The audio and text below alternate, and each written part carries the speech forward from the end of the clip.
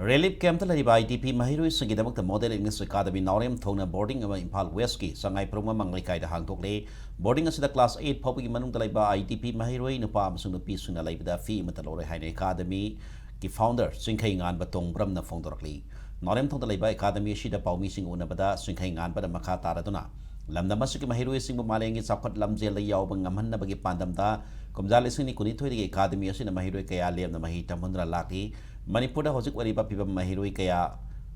relief camp ta laibada ki mahi masing tambada kudong satba mayong dari lamna maski future wariba IDP mahirui singbu sapsana mahi tama phangan gadabani haibigi wakalonda IDP singi damakta boarding ase hangdokpani haina phongdorapki loina kanagomba IDP singna kudong saba si loning balairabadi mobile number 8258018896 ta pau phobiro haina su founder suna pausel lakli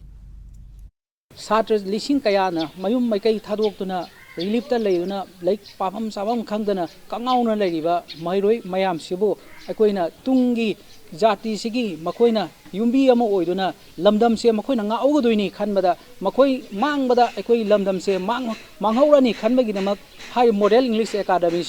boarding ama Aquina Hangi. Aquina Hangzeba boarding a sea, free of cost ni, Tagi Mali Fisula Roy. Aduga emission fee chulauroi, mess free chulauroi, adu whole total kudimak se koi na transport ki everything kudimak se free of cost da koi relief the labor mairu singi damak koi na ngasi special oina relief boarding haina koi na adugumba modern English Academy sina koi hangjabani.